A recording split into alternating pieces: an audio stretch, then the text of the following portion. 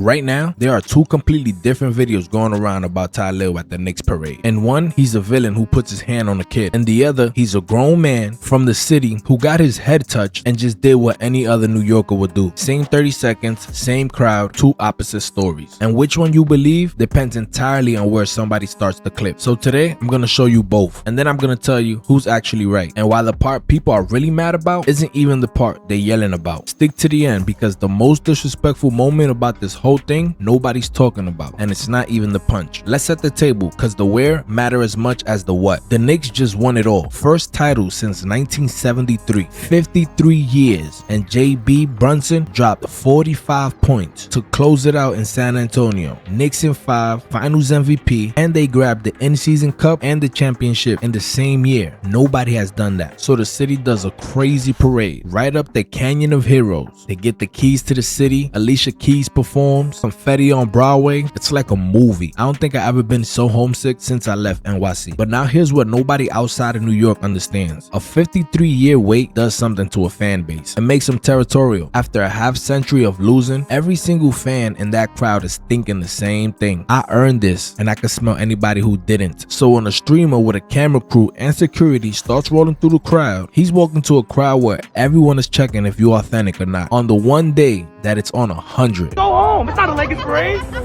You did a jump split for LeBron. You did a split for LeBron. We did.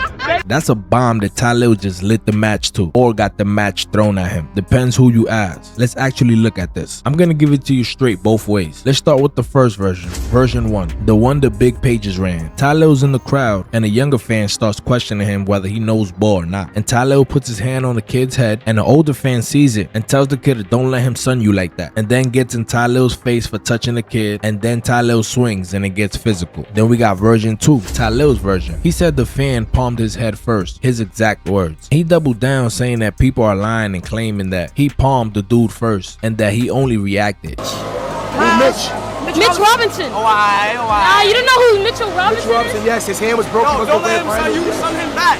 I'll son you.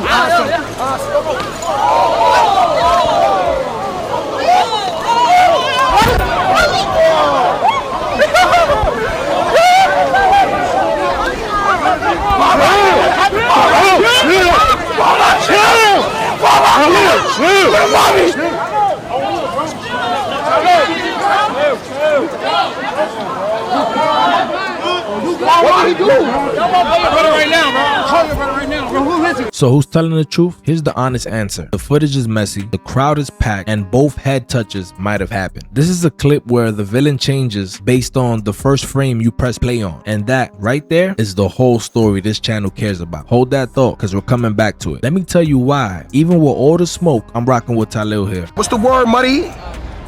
I ain't even crash my savage. Like, bro, you gotta understand, chat. I'm human at the end of the day, gang. Like, I got anxiety like y'all, bro. I got PTSD like y'all. I got PCOS like y'all.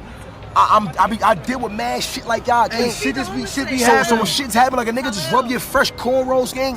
Imagine if a nigga would've rubbed AI fresh cornrows or Meek Mill fresh cornrows, gang, or Mario fresh cornrows, bro, or Jim Jones fresh cornrows. Jim Jones cornrows. He might have liked fresh. Nah, Jim Jones cornrows never fresh. He might would've wanted that. He's here fly. You cannot just rub a nigga fresh cornrows, gang. Nigga, take that shit personal, gang. You know what Taylor or Kayla do right now if I pull their hair out? It's gonna go up. If you're from where I'm from, you already know he's right. Touching a grown man's head, his fresh haircut, his face, that's not a basketball debate. That's straight up violation. You could say it's one of the oldest unwritten rules in the city. You don't put your hands on a man you don't know, period. Doesn't matter if he bandwagons, doesn't matter if he can't name the Knicks starting 5. And here's the part that settles it for me. Coming from a LeBron fan who also was born and raised in NYC. Tylil, he's from NYC. That's the city he's from. You don't get to revoke a New Yorker's team based off some trivia questions on the side of the street. We got as much claim to that parade as anybody on that block. We're from NYC. We just couldn't bear to root for the Knicks while they were losing all them years. But now that they won, best believe we gonna celebrate. So somebody reaching up to touch Tylil's head on his own turf on the biggest day the city has had in 53 years, of course he was gonna answer to that. Any New Yorker would have popped it off on him. You don't have to be from NYC to feel disrespected if another man touches you. Anybody would have done the same thing. That's the human part. Now let's get into the part that nobody's breaking down. down the machine underneath all of this. Let's break down the blueprint. Here's what's really going on. And trust me, once you see it, you can't unsee it. Number one,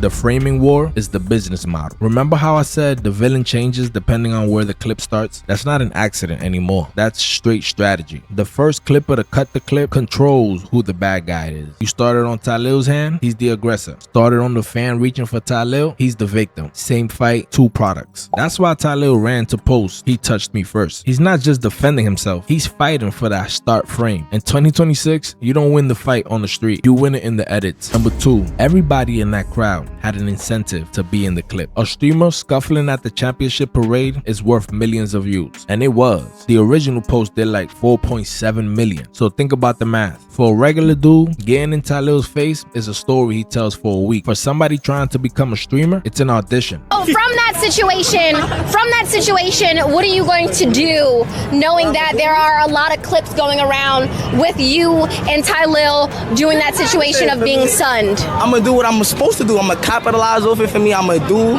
for me. I'm gonna make videos for me. Y'all gonna see me. Y'all gonna see me in interviews. Y'all gonna see me. Y'all see me here with Lola. Oh yes, For me. And what's my son right here name? So I'm gonna need an interview from you. Yeah. But yeah, for me, I'm gonna do what I'm supposed to do. For me, y'all gonna see me a lot. On my life, y'all gonna see me a Now, lot. did you audition for Streamer University? I did. So if you get the opportunity to be on Streamer University, what's the one message you would spread to the world? Be yourself. No matter what, don't back down to nobody. Don't, for me, think like just because somebody has a higher authority that like they above you. Like, for me, you can say what you want at the end of the day. God put you on this earth for a reason. So you're supposed to do what God told you to do on my life. All right, well, you guys heard it. Thank you so much.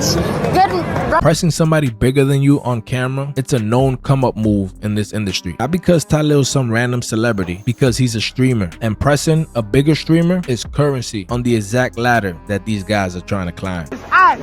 Go to my dad. Tylil running right now. On my life. Tylil's running. Suck my. Go to my dad.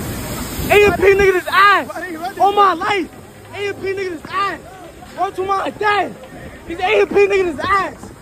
So the question isn't just who touched who, it's who had a reason to want this to pop off. And the answer is almost everyone holding a phone. Number three, and this is the one that actually matters. The thing that the internet's maddest about is that after the fan was already handled, Tylil's paid security picked him up and slammed him. Here I gotta be honest with you, because that's what we do on this channel. That part I can't defend. The keeping your hands to yourself code, it covers Tylil's reaction. It does not cover 3 grown men with a payroll body slamming a dude who's already not gonna get to Tylil. That's not New York City code anymore. That's a power imbalance. That's actually what a lawyer points at, and that's the real system story. The economy didn't just give these streamers money and clout, it gave them muscle. It created a brand new class line on the sidewalk. Regular fan on one side, streamer with security on the other. And when those two collide, it's not a fair fight, and everybody else watching's feeling that right now. Even the people who think the fan was wrong. That's why this clip won't die. It's not really about Tylil. It's about whether being famous now means you could put your hands on regular people and have it handled. That's the question the whole internet's actually arguing about. They just don't have the words for it yet, but that's what we're here for. And here's where it connects to the bigger picture. This whole mess landed the same week Casting Streamer University 2026 is firing back up. And that's not a coincidence in the vibe. It's all the same energy. A wave of people whose entire strategy is to manufacture a moment, be the loudest, and capitalize off chaos. That dude who pressed Tylil fits the mold perfectly. Whether he touched him first or not, the move was to come up, get in the bigger streamer's face, get the clip, then ride the wave. And that's exactly the chaos that's about to go national when Casting announces who he chose for Streamer University 2026. That'll be the next video I'm breaking down. Who actually earns a spot and who's just a clip chaser with a Streamer University jersey on. Subscribe and join the official society so you don't miss that drop. So here's where I land. Tylil's from the city. That keep your hands to yourself code is real. But the real lesson here isn't who won the scuffle. It's that we've built an economy where a 30-second clip has 2 truths. Where pressing somebody famous is a career move, and where money buys muscle that turns a sidewalk argument into a body slam. That's the system. The fight is just the part that trends. This is the official society. We don't farm the drama, we explain it. So make sure you hit that subscribe button, turn on the notifications so you don't miss any of my drops, and hit the like button so we can get this video out to more people. I'm Gabe Official. This is the official society, and until next time, holla at your boy. Official society.